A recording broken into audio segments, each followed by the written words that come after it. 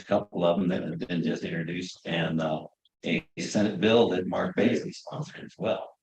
And we had a discussion a few weeks ago when we all were shocked when we looked at our assessments for next year.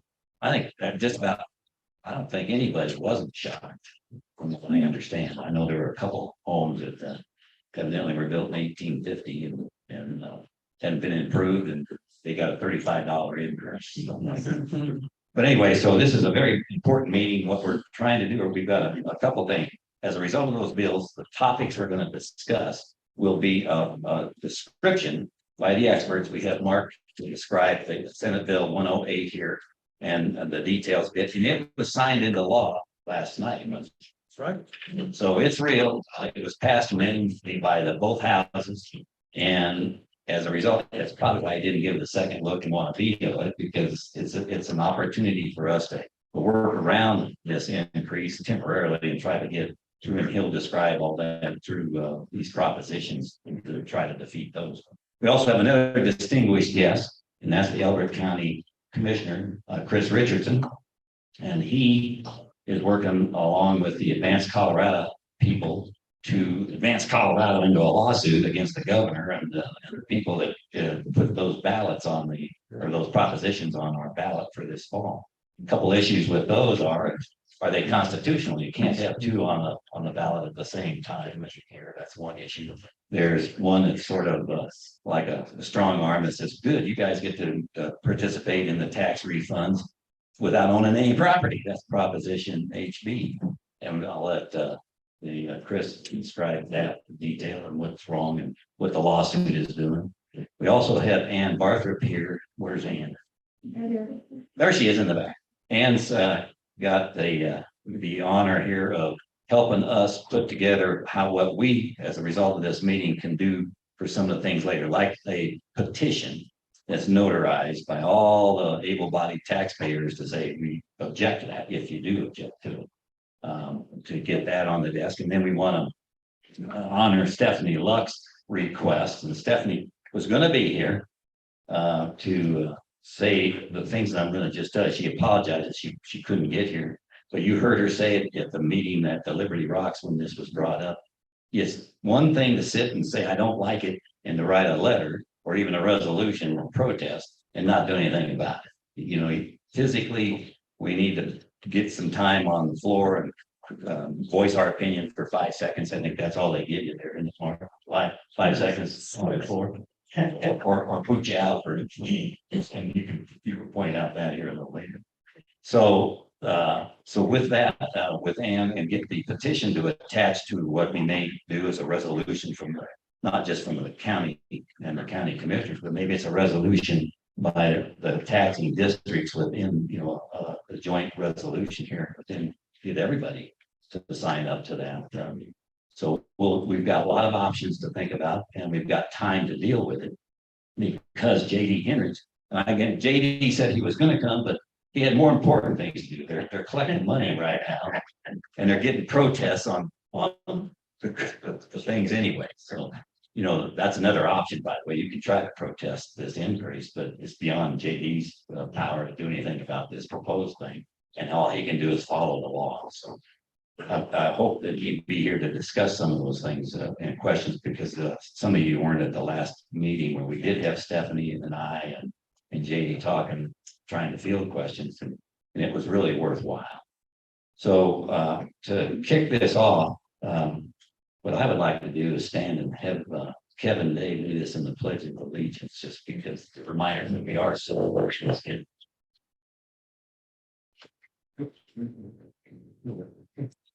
I pledge allegiance to the flag of the United States of America and to the republic which stands one nation, indivisible,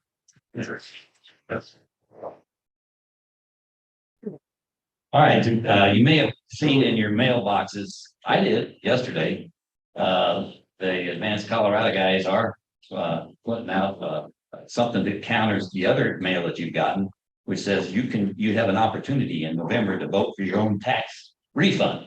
Well, that's not true. It's a lie. Then you'll see why here in a few minutes. The other thing you saw on your mailbox was help defeat Proposition HH. I think that's all it said. They didn't mention HB, but that's a big piece of it. And that's a big flyer, postcard that you should see. So it's real. And so with that, I would like to have Mark be our first speaker here and talk about what's happened as far back as in November, was it October when put it out and the bill was put out. So Mark will bring us up to speed on that and discuss the HB for Senate Bill 108. Thank you, Bill. Good to be here. Everybody here is not an elected official? Most, I was hoping so, but okay, so Let me do one thing. I guess I can help you with that.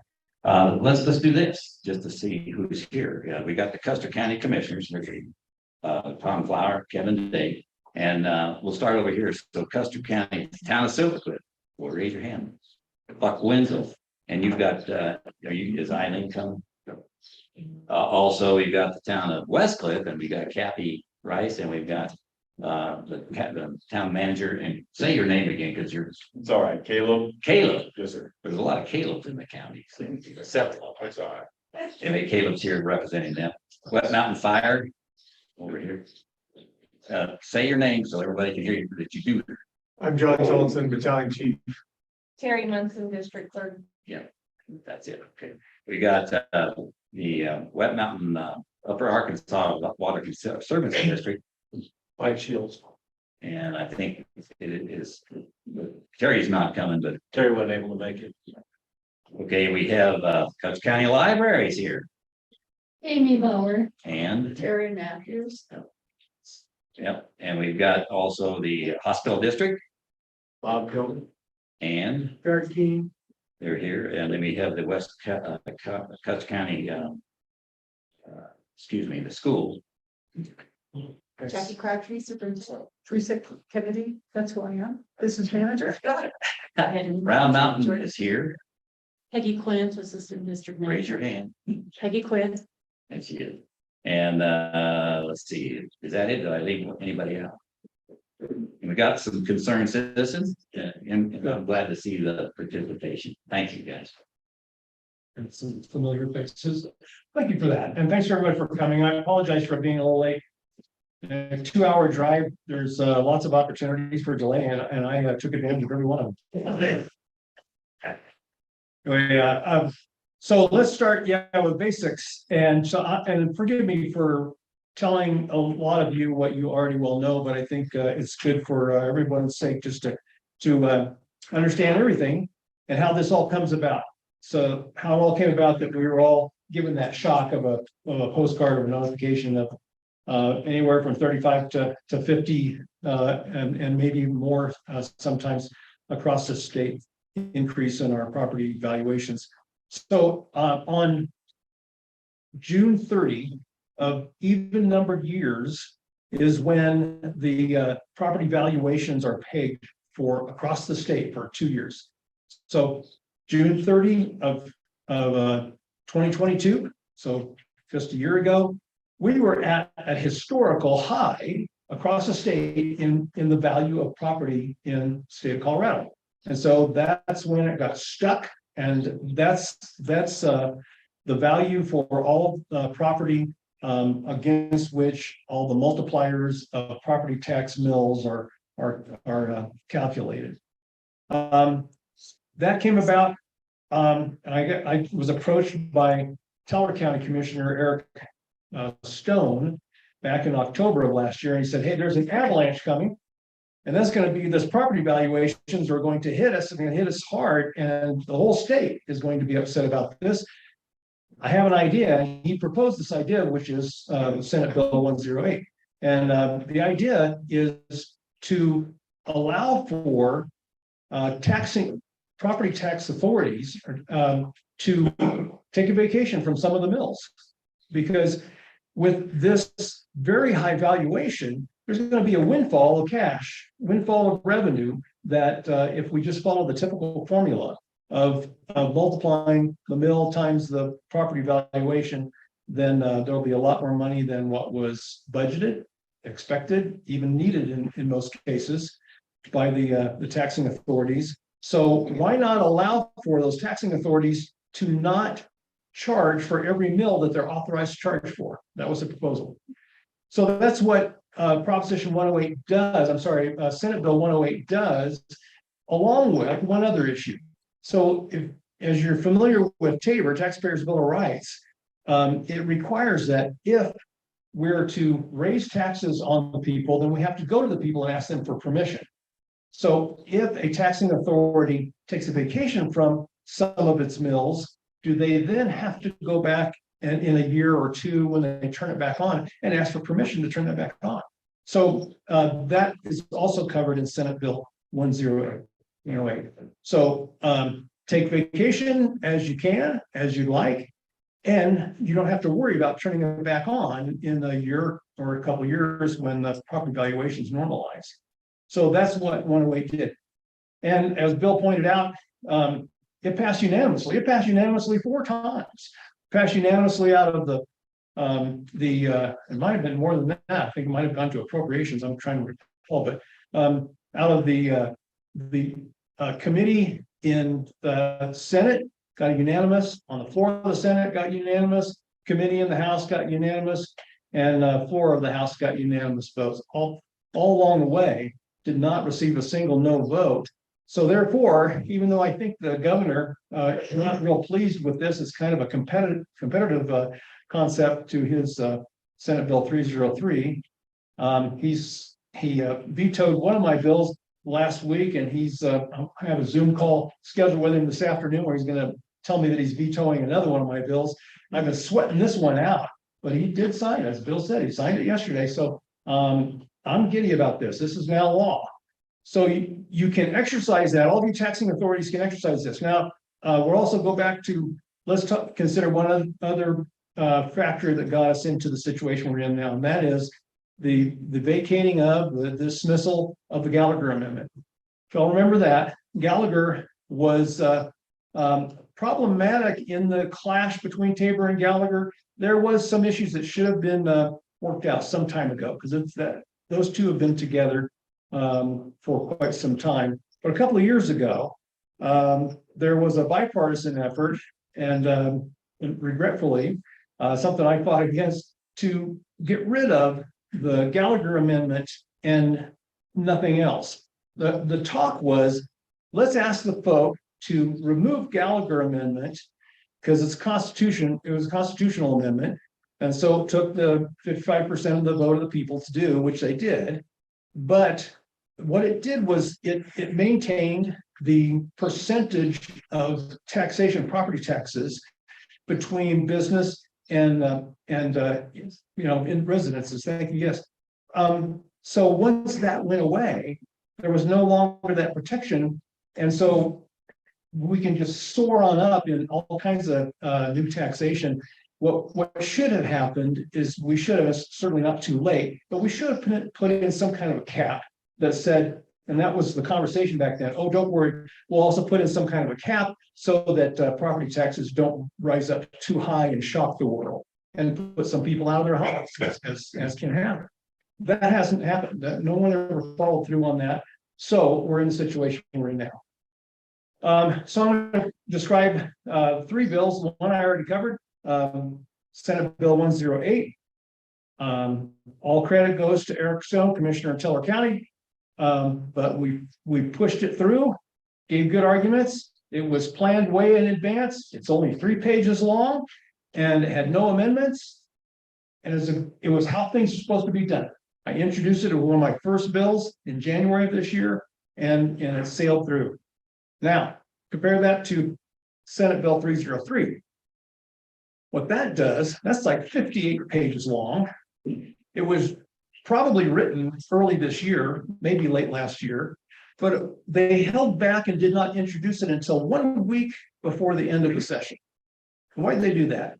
Because they know the timing of when everybody's going to get that valuation, that property valuation notification, and they're going to be in shock, and they're going to, oh no, my property taxes are going to go up 40%. So good timing to say, hey, we're here to the rescue, and we're going to drop if you will just vote for this proposition HH, that Senate Bill 303 will put on the ballot. If you just vote for HH, then it will drop your property value $40,000. And in some cases, $140,000. What a deal. The average price of a house is $400,000 maybe, then a 10% drop in valuation. Not huge, but in exchange, they kind of like to take some of your taxpayer bill of rights refund, your table refund, because you know what, we're not going to be able to cover all the costs of K-12 if we do this reduction in property values by $40,000. So just surrender some of your taxpayer bill of rights refunds for the next 10 years. And then and what the way the formula will work, by the time we're done in 10 years, there will be no taxpayer bill of rights refunds ever again. The real goal, and forgive me for being a little partisan, but I will. The conservative will say, hey, there's an avalanche coming. Let's prepare for this. And let's not take all the money that would just normally come in, and let's try to find a way to refund or to not demand all the money that we could, because we don't need it. People should not be treated that way.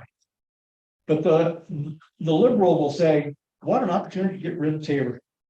And that's what's been going on. So they have this tricky formula. And to show you how rushed they did with it, they wrote the bill evidently, I say evidently because you'll conclude this as well.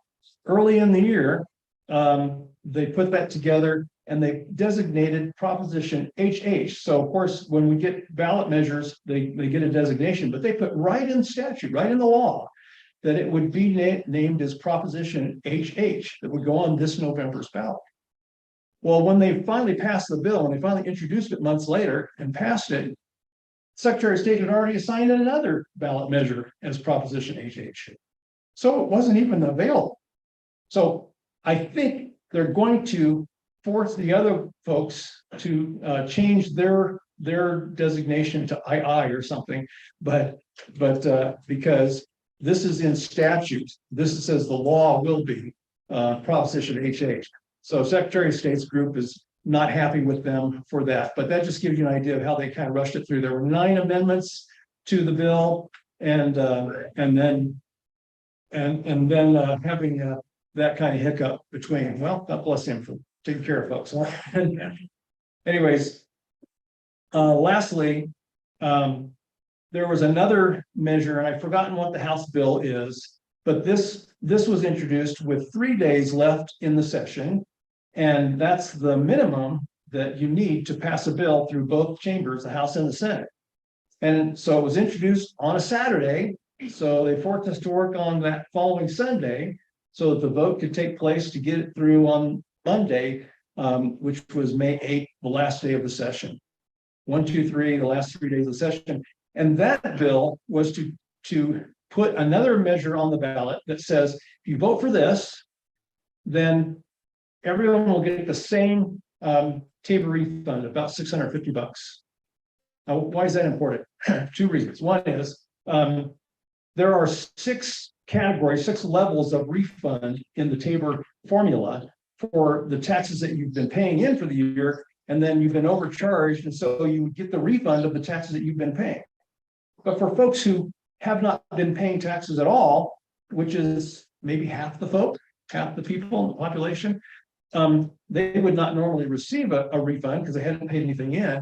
But this ballot measure will say you will get the same as everybody else. Everybody in the whole state will get $650, but only if you vote for Proposition HH.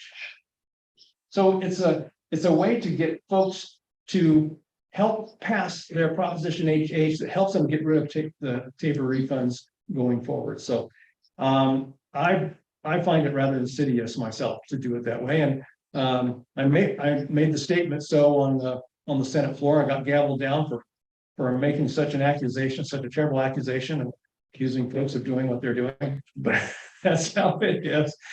Anyway, there is, thanks to commissioners here and a dozen other entities that are rising up with a lawsuit against it, And there will be a lot of money put in to fight ballot measure Proposition HH.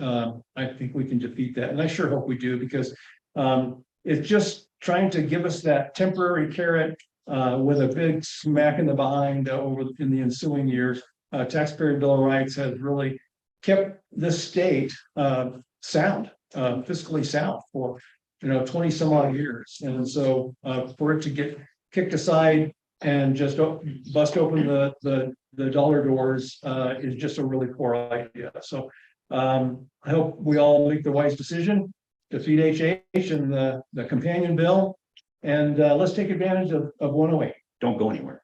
Before we go on to the next piece of this, are there any questions on what Mark said? I do have one to start it off with, and that is, how in the world would they know you voted for the other one? That seems like that's illegal too. How would you know that a non-taxpayer did vote for that?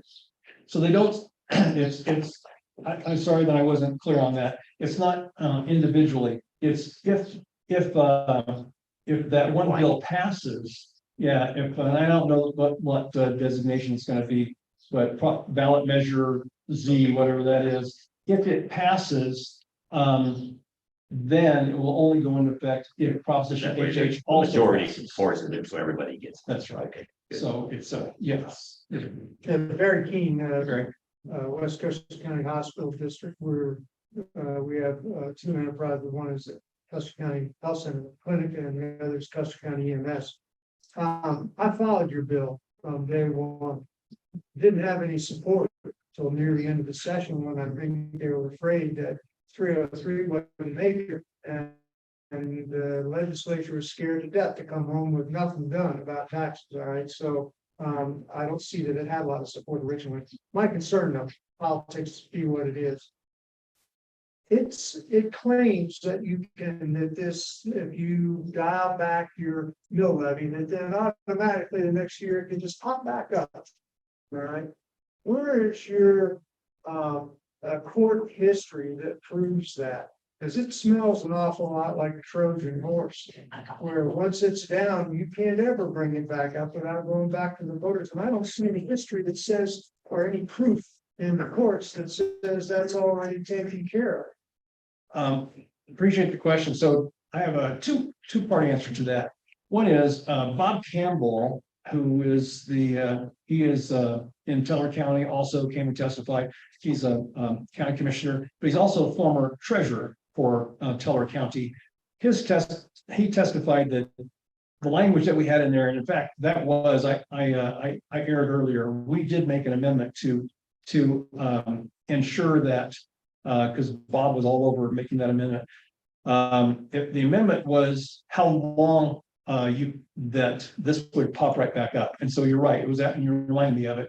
It's after 1 year, so you can continue. You can do this year after year after year. You can vacate some of the mills, but you have to renew that every year. But the other part of your question is, I had a lot of folks, county commissioners especially, Weld County is one that comes to mind, and others who said, we don't need 108. We already have the authority. We've already vacated mills before, and then turned them back on later, and it's never been an issue. So I think this has been a practice for quite a while. This was to provide air cover for that practice. You've always been able, as a board of a special district, to suppress the mill levy. Okay. I want to see the evidence of the court, and this has to do everything with timing. I want to see court evidence that says, yep, sure enough, we're going to support that.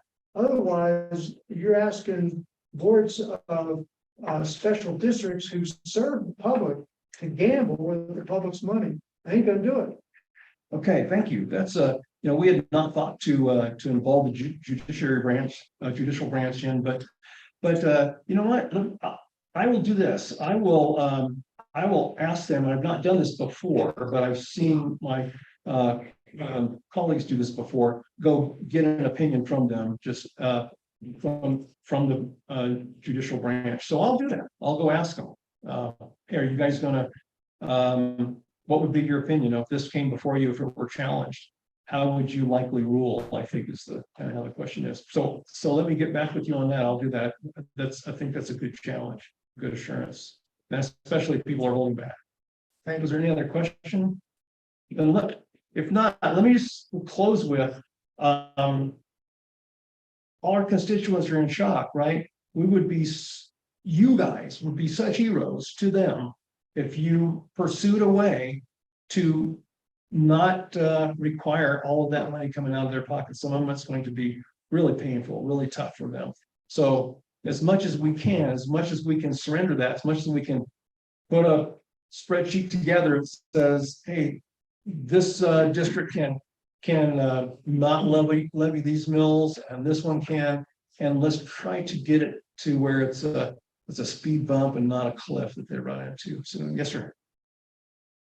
I'm sorry, I'm outside of the question period, but it just comes to me that this feels so much like a bait and switch.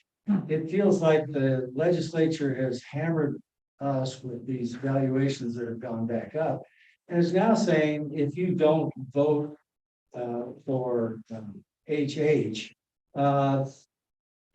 they've used it as a lever for us to vote positively for HH. My question is, what happens if HH fails? What happens to the levies and all of that at that point? Well, it's independent of Senate Bill 108, which is now law. So I hope HH fails, and I hope the companion bill fails as well. That would make an even distribution of Tabor refunds. So the bait and switch, the property valuation was not an act of the state government, right? That's but yeah, I do see the ballot measure HH and the proposition. I'm sorry, the Senate Bill 303 that created it. I do see that as a kind of a dirty trick against the folk. I'm with you on that. It doesn't look or smell good to me at all. It was we debated against it hard and on into the night. And in fact, at the very last night of session, as we're debating, there were 3 bills that were still on the docket, and we're all running out of time. And the other side, the majority party decided we got to narrow it down to one that is the most important bill, because 2 of them are going to die on the calendar, and 303 was the one that they debated pushed it through till the end of the night. But it was just real important to them. And what's important to them is to get rid of Tabor. Tabor has been holding back a lot of spending ideas they've had for a long time. So they'd like to see Tabor go away. And 303 is a proposition. HH is a way to do that. So yeah, it doesn't feel or smell good to me at all either. Seems a lot of trickery. So yes, sir. Yeah, where do the property values actually come from? How do they get their information or whatever? That's a good question. Is the county assessor in here? I wonder if we No. no, I don't have a good answer to that. I'm not sure, but I just know that it happens through some formula on June 30th, even numbered years, but I don't know the answer. The only thing I can tell you is what JD told us in the other meeting, Yeah, of course. and that is that he has to wait until August until he gets the big payments in from big companies and bigger organizations like Sanger, Cristo, et cetera. Then he takes that amount and he takes it and goes through his formulas, 3% increase by law each year, accounting for inflation and some other things that he stated. And then he comes up with what the actual assessment will be. And that's why every year you see your tax go up because of inflation and the other formulas that they use, unless he makes a mistake. But the county assessor does that, each county. So that's not the state doing anything. Go ahead. In other words, is he basing the valuation on properties that are selling or sold? Yes, it's one mile radius around that property. So if you happen to be the unlucky guy that's got a house that you bought for 400,000, and somebody within that mile just sold a house because this evaluation's gone up from $1.2 million, guess what? Your property tax gets jacked quite a bit. But I think the problem with that is, I don't think the valuations are correct, because I think, to be honest with you, nothing against the realtors, okay? Yeah. There's any in here, But- but the realtors aren't telling the folks that are buying from out of state, or wherever the hell they're buying from, you know, what the situation is out here, so I And think that that's a may big be, problem. that may be nothing we can do about that, except that you can protest those in the normal course of action. You do that every year. And then JD would have to prove that that evaluation is what it is, in one way or the other, or if he made a mistake. I just wanted to add to that. I was told by the assessor's office when I was in there filing my protest, that the valuations are based on market. And then, they also said that the state came in and told Custer County that the valuations were too low in this county, and they need to bump it up. And so they had a factor that the state, this is what I was told, was asking Custer County, or telling Custer County, to bump up your valuations by this amount. I You know don't anything know who about told that? you that, and if that's true or not, but the bottom line there is, it can't be that. I mean, the market value is what market value is. So I don't know. We'd have to look into that. What happened? I'd sure like to know who that was in the state. Okay, well, it came from the assessor's. I'll talk. Okay. Something this. Thank you all. Appreciate your being here today. You're gonna be here, so there'll be questions and answers once we hear the rest of the story here. Chris, come on out here. Correct everything I said. Chris knows the truth. And for a dollar. No. Well, I think we all sense the truth and see it kind of murkily as things, as things have passed by. So, Excuse me, Yes. could you introduce yourself? yeah, I was just realized I hadn't. I'm Chris Richardson. I'm the commissioner chair for Elbert County, and Elbert's one of the 12 counties that's suing over Senate Bill 303.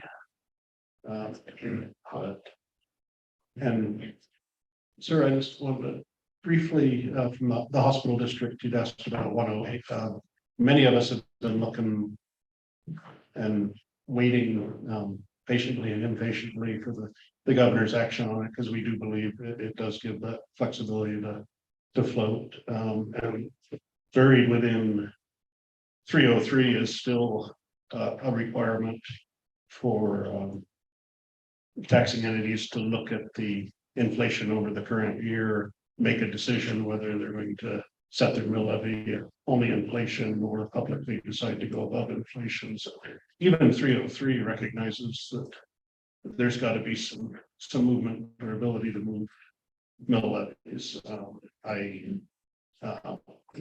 believe that if this does eventually go to court on that aspect, whatever the court rules as taxing entities, we still have the responsibility to do our best to fund the services that we provide. And if that means having to go to the people to ask for a raise in the levy in order to adequately serve, that is the thing we can always do. I don't know if that, but we won't know what the courts do until the courts do it. Right. So, and we can't generally get the courts to tell us what they're going to do until somebody's can claim an injury. So, but that brings us kind of to the lawsuit on Senate Bill 23-303. One of the best things about legislation in Colorado, when you compare it to federal legislation, is the requirement that bills cover a single subject.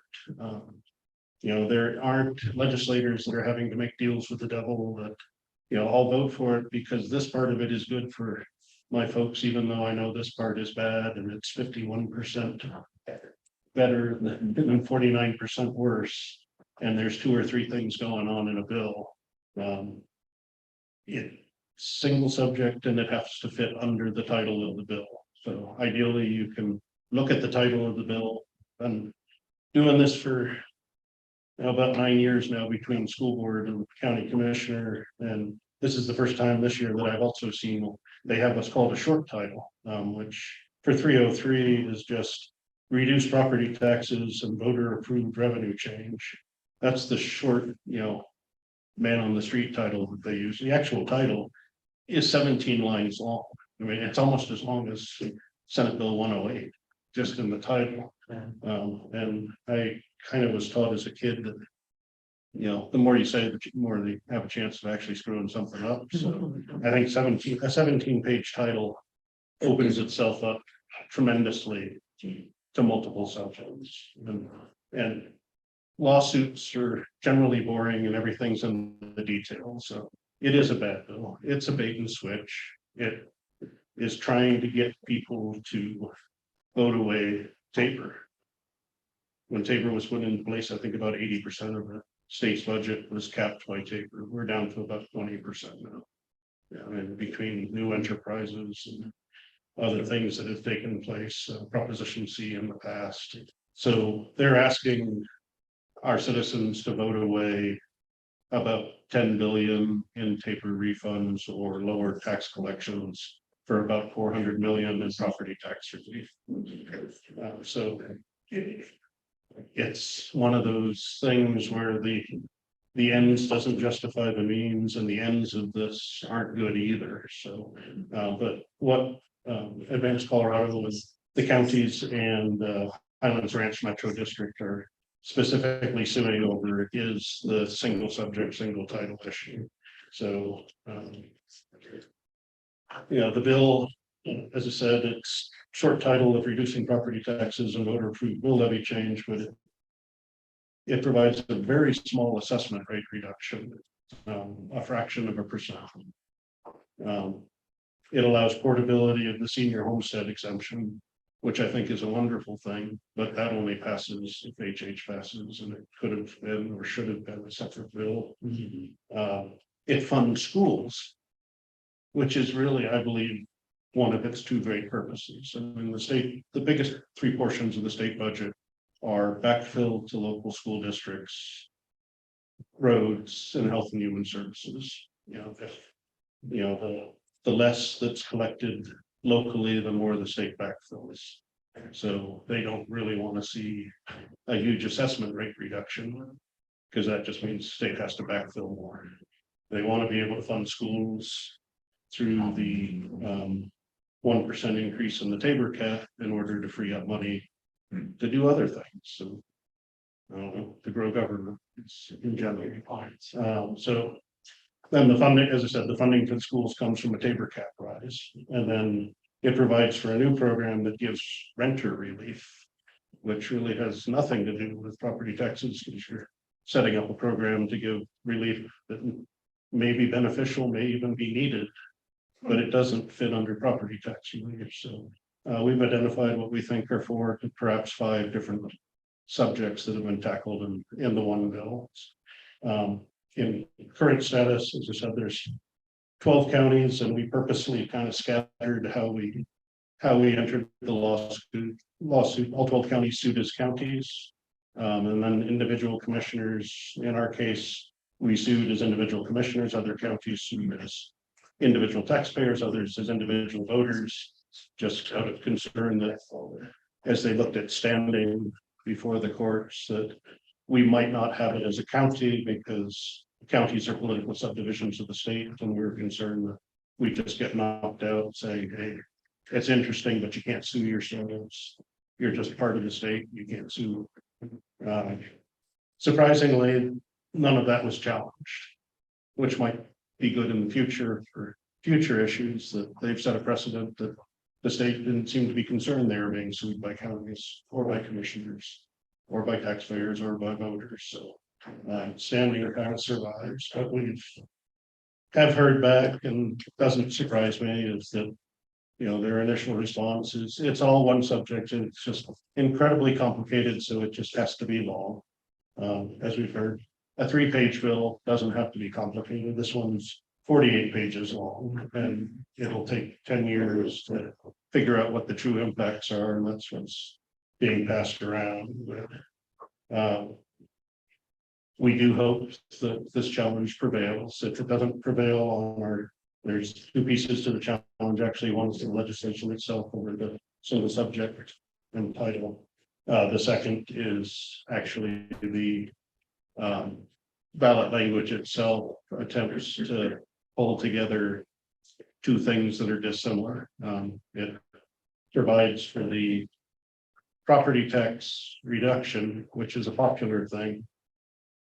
But it also essentially is a redo of Prop CC, which is raise the tabor cap fund to schools that the people of the state already voted down.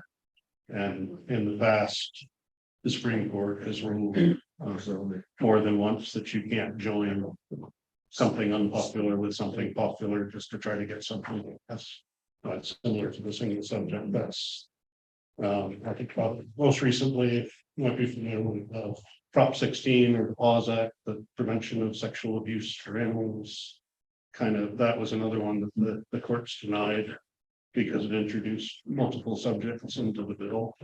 And they were much more closely related probably than the ones here. So right now, this is in district court. Again, we filed, the state's responded. We'll respond to the response and eventually we'll get in front of a judge.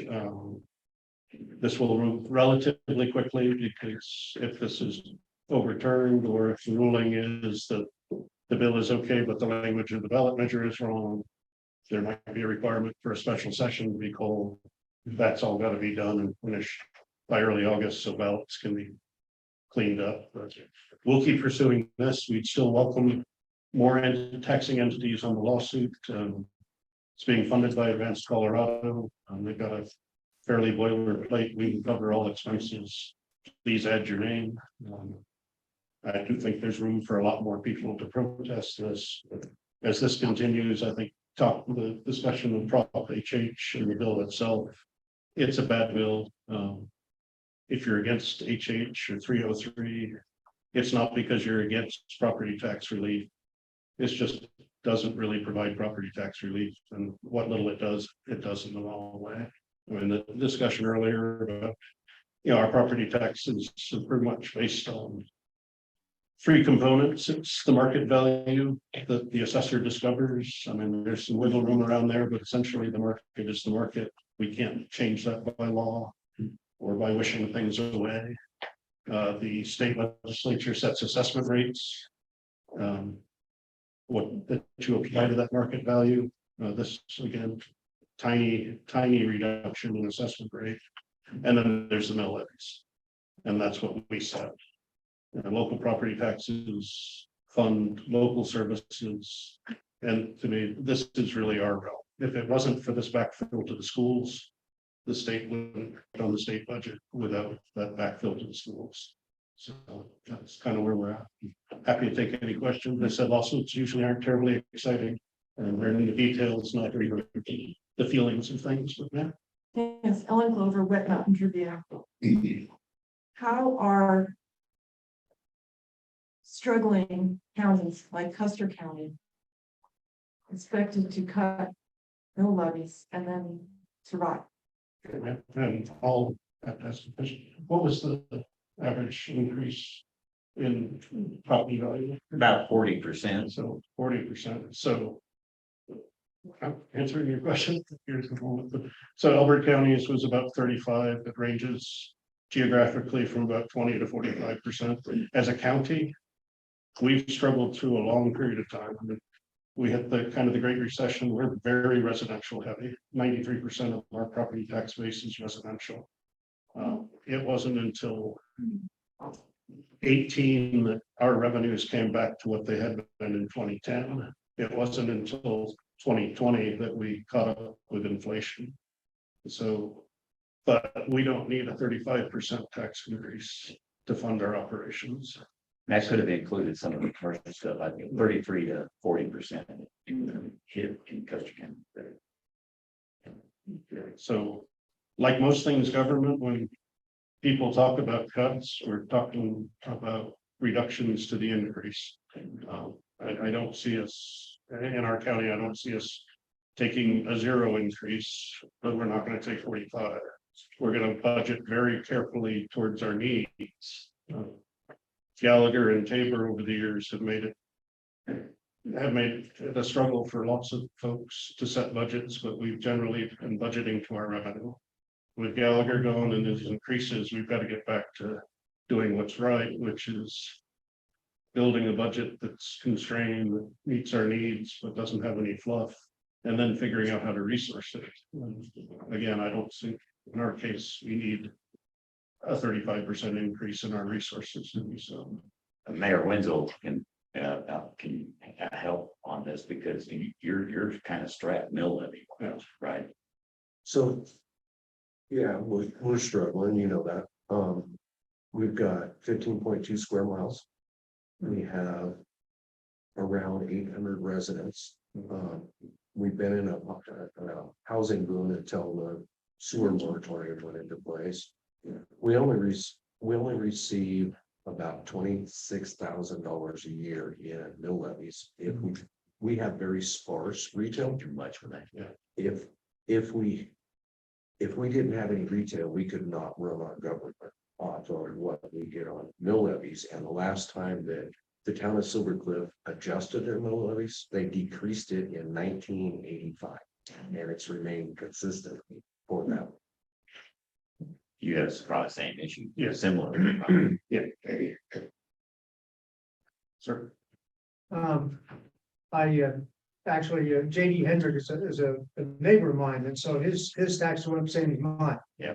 That was 30%. Mine was 58%, Commissioner, but here's something I want to point out, and I think it's irresponsible to be throwing out percentages here and now. The mixture of commercial, utility, which the state sets, and residential is way below what the residential increases are. And the impression that I fear that the typical homeowner has is that their increase trades straight across to what the increase in revenue that a special district is going to get. And that's wrong. And we won't know what it is until August. Right. So I want to be very careful having people quote percentages here. The special districts are not the enemy. All right. We serve the public. There is an enemy out there, I'll tell you that, and we're not going to talk about them today. Everybody's afraid to talk about the people that have the windfall profit, right? We got no windfall profit. We constantly operate skin and teeth, and we got a school district that's even below that. So let's not throw out numbers that the county residents are going to come after and think we're somehow the enemy. I agree with you 100%. I did say it's not until August when we actually know what the actual increase is based on what the income has been from the big dollars. So you don't overreact. And that sheet that we just got handed was what was calculated off the current in each district. You know, it's different. You can see it there. They categorize everything. That's just in general what it was. Yeah. Right. Munson has a question. Go ahead and finish what you're talking. Yeah. Let him Yeah, I was finish here and then. Gonna say, and again, I'm just invited and my. I don't think As I you're said, pointing the finger. No. We're having the same discussions within the county. I mean, and we're having a similar meeting on the 21st of June. And really, our goal is to get everybody to really look at their needs and budget to their needs. I understand that, well, you had mentioned school districts at the end, they really can't do anything. The state has locked their mill levels, they can't reduce them. That's part of the state has to provide backfill. So for a lot of folks, the school is the biggest mill levy on their, at least in our area, the schools are the biggest mill levy, and we know that can't change. We know the county has room. You know, we have fire districts that have been struggling tremendously and haven't recovered from the recession, and they probably won't be able to do much either. All we're asking in our county is all the entities come to the table and really show their cards.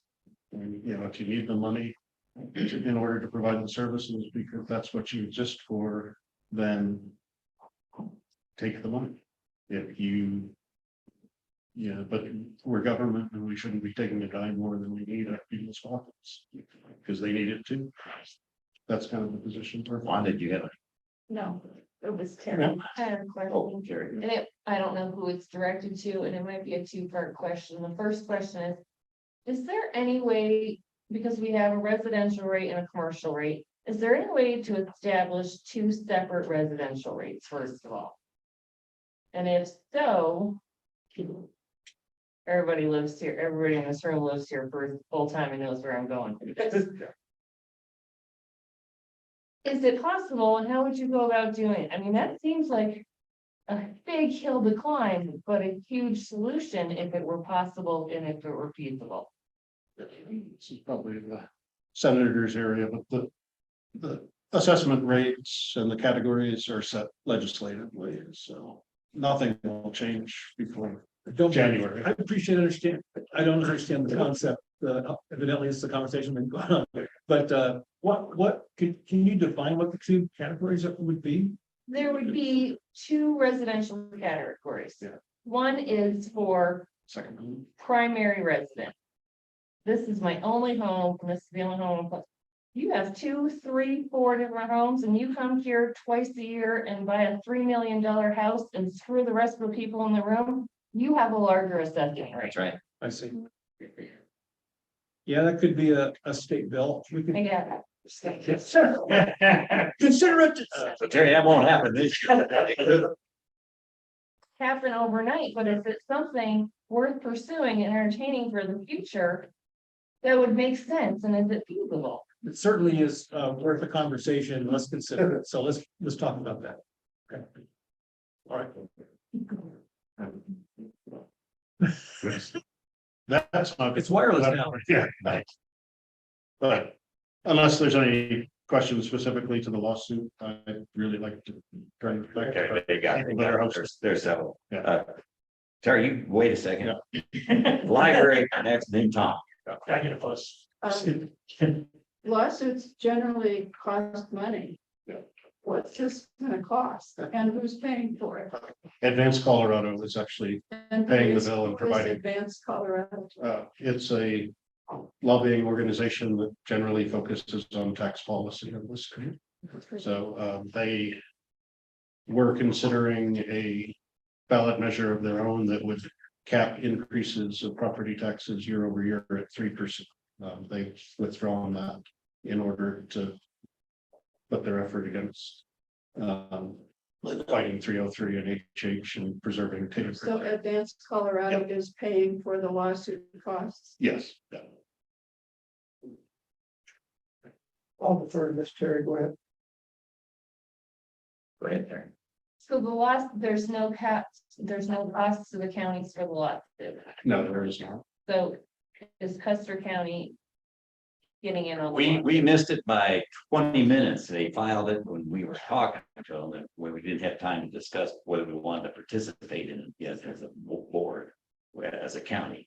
And, but we have the opportunity, it's why I mentioned at the front end, is to still get a petition going and have it be notarized and attach our support in a resolution for this lawsuit. And that's what they would like. And I don't know what kind of words we would like. Probably, we love you, Chris. Yeah, Let's do it. Anybody that's great support in some manner would be welcome. Sure. Let's assume that you're unable to make this lawsuit happen or that it goes against you. What, now we're facing defeating the HH. What is the message that we send, that you send, or that we should all be sending if we wish to defeat it? What is the message that will really resonate with the voters? Because normally voters, these are bread and butter issues. Yeah. And okay, so what's the hook that you think will resonate if your lawsuit doesn't get rid of HH? Okay, don't have the sheet in front of me, but at least for a homeowner, the assessment rate is reduced from 6.75 to 6.7. I mean, there's almost a imperceptible reduction in your taxes, and you're trading away your tapered refunds forever. I agree. That's probably the bumper sticker level. You're getting a tiny reduction this year for. So it boiled down how do we lobby as a citizens in this county to get the voters to understand that that isn't a tax break you're voting for, it's an increase over your lifetime. You're Because giving up your bill of rights for 0.5%. That's your. That's right. And actually, it's 500. of a percent 500. reduction. Yeah, that's right. So they'll slide in. So it's a sleight of hand. That's why I mentioned up front that they're advertising is vote for your tax decrease, and it's a lie.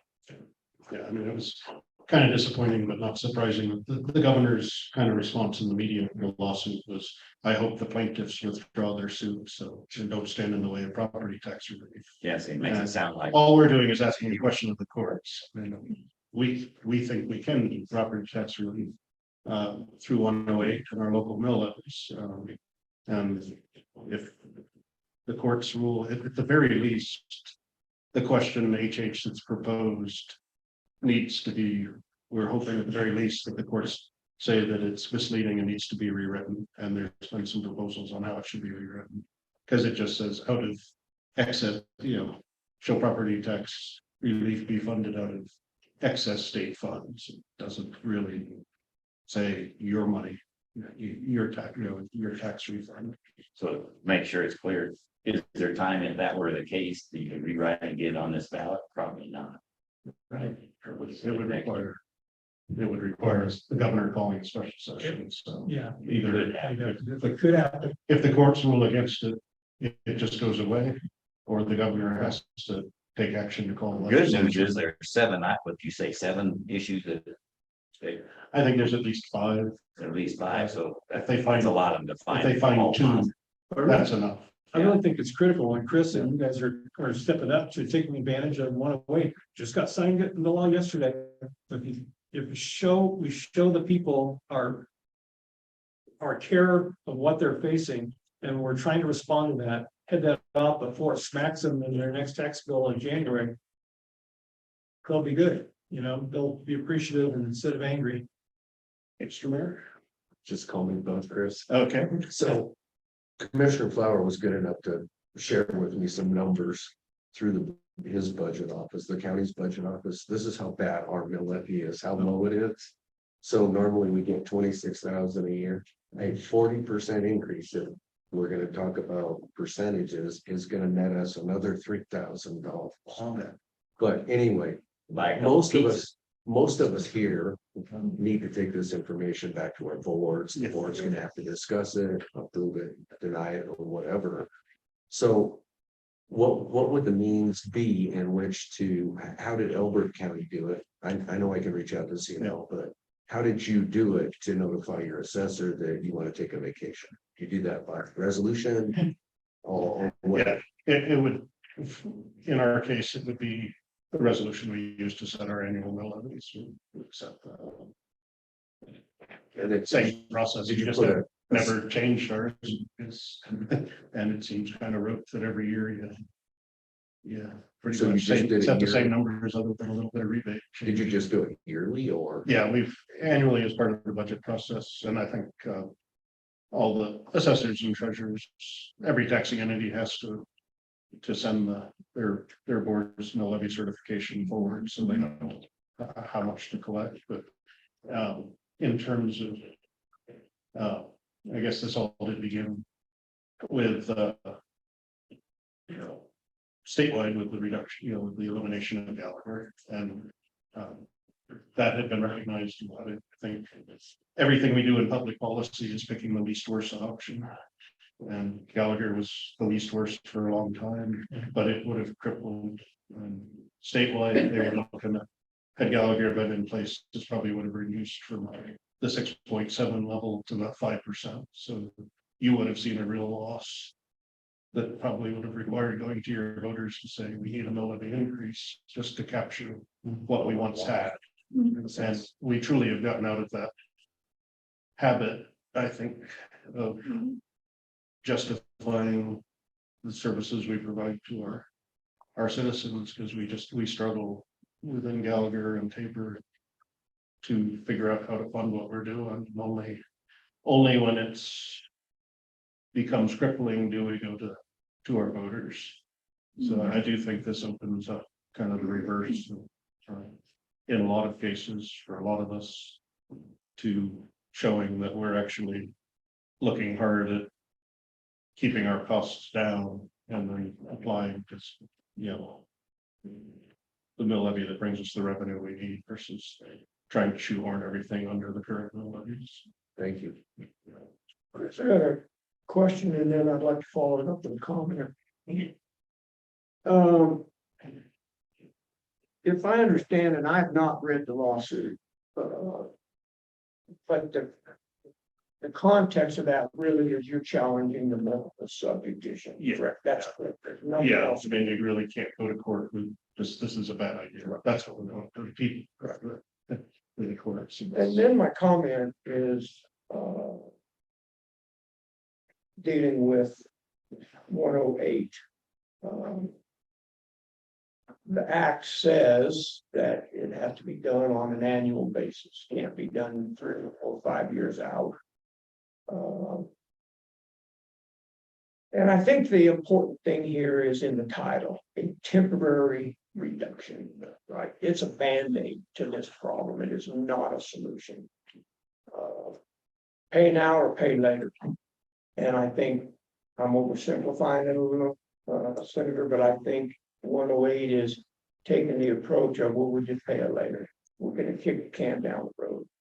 If I misrepresent that, I need to be educated on it, because that's my perception of, not that it's necessarily bad. I'm just saying, from where I sit, the facts are, we're just gonna give the taxpayers a break now and turn around and hammer them again in a year or 2 or 3 or however many years the commissioner There's a market, administration decide to go down that road. So Yeah, that was well put, that Bill just said, preventing that the property value. yeah, do go down. which I didn't really finish my comment, and I think the fallacy lies in, I've lived here for 37 years. There's nobody in this room who's gonna convince me in the next 5 or 10 years, property values are gonna go down. Now, that's my personal opinion. Other people may have a different opinion, but I don't think we can hide under the assumption that our property taxes are gonna go down. I'll say in the near future. I mean, it's never happened in Custer County. Since I've lived here, I don't expect just because we're in this hurricane we're in now that we can say, well, but the idea is we're hoping that property values go down. I would buy it. I just don't see it. So I believe the property values already have come down since last year, but I agree with you. Generally speaking, that's always going to be the trend, especially in a popular place to live like Colorado. They're always going to be on the upswing and they'll continue to go up. And so this is a year by year Band-Aid. It gives folks, or encourages really folks to vacate the mill levies. The longer solution is what I mentioned earlier in response to getting rid of Gallagher. We do need to put some kind of a cap on how fast property taxes can go up, because that's what kills folks. And remember the big battle that California had with their Proposition 13 back in 1978, 79, right around there. Yeah, people were losing their homes because they could not keep up with paying the property taxes. And we don't want to be in that situation, obviously. So that's something that is the longer term solution that we need to pursue. I completely agree with your wisdom on that. And I think maybe everybody knows this, but it hasn't been talked about today, is that these assessments happen every other year. So if you take that into account, people say, well, my taxes, my assessed valuation got up so much in 1 year. Well, that's not really true. It's over a 2-year period. Right. So I've had numerous phone calls saying that very thing. Yeah.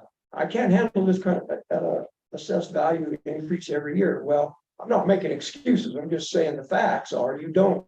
It's every 2 years. Mm-hmm. So if the governor calls us back for special session, which by the way, the minority leader in the Senate challenged him to do multiple times on the Senate floor, he said, don't pass 303, call us back for special session and let's comprehensively address this issue. I'll push for in whatever compromise we might come up with if that's special session, or if not, whatever proper legislation would be next year to address that cap, should have a permanent fix. So maybe calling on you for additional wisdom towards figuring out how that ought to read, but it may require that we go before the people in a constitutional amendment to fix that. In fact, I kind of like to see that solution so that it's too difficult to overcome through statutes. Yeah. Chris, you got anything? You still have a question back here? Yeah, I do think the every 2 year cycle, it's very localized, for last year, there was a reduction in assessment rate, even though it wasn't a reassessment year, so even though within Elbert County, we've had quite a bit of growth, there. So to say quite a bit of growth, but there were at least 400 homes built in that preceding year, and our general fund melody, our tax collections went up $26,000. So there was, even that intervening year, most of it was erased with the assessment rate change. Sure, you had a question? Yeah, I got two real quick. Yeah. In regards, I'll speak for Custer County, at least I think I am anyway.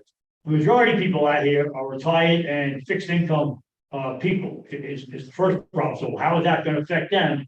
The second one is, I thought if you have AG status, which probably a lot of people do out here, I think that as far as the way I read the statute is that your taxes are set by the profit, not the valuation of the property. So I don't know where that comes into play, I'm saying either.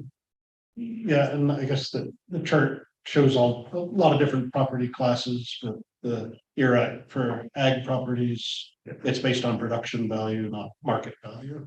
So I know in our county that we've got a lot of people close to Denver, we're fairly close to Denver, and a lot of people that come in and buy 35 acres and think that they bought a ranch. They don't keep anything on it, and 2 or 3 years later, they're paying, residential property tax or market, the market rate on the sale of 35 acres for their estate versus what it would take to barely keep one cow alive. So, Yeah, out there for sure. yeah. Certainly, so. That it? Anybody else?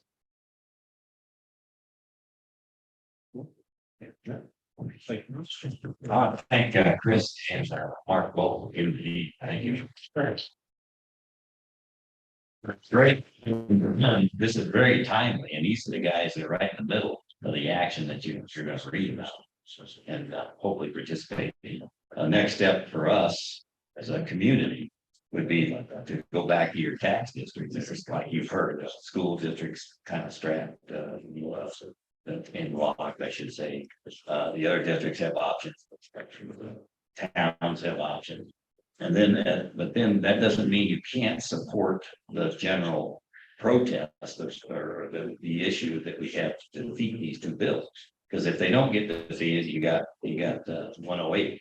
If they do get defeated, you still have 108. It's better to not have 108 or HH, but win. We want to definitely get that off. So we'll see what we end up doing. We're going to try to get the additions around. We'll discuss, at least at the county level, we'll discuss how we want to put a resolution that we would attach to the lawsuit.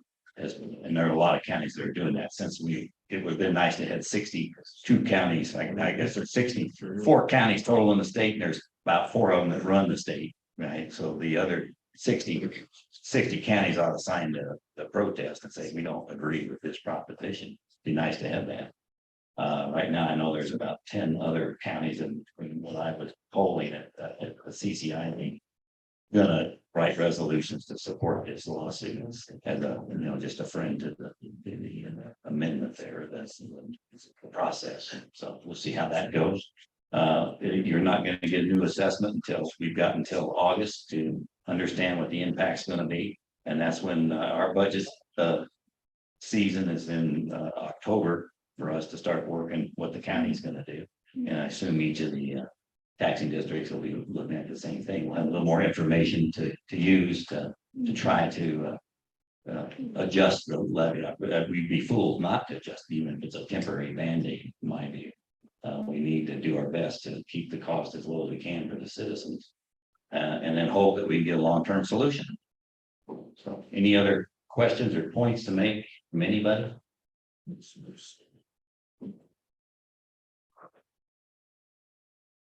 I want to thank you all for being here, and thanks for being great citizens. Yes. Thank you very much. And we can adjourn now, whatever time it is. 11:20. 11:20. Thanks, everybody. So we're gonna-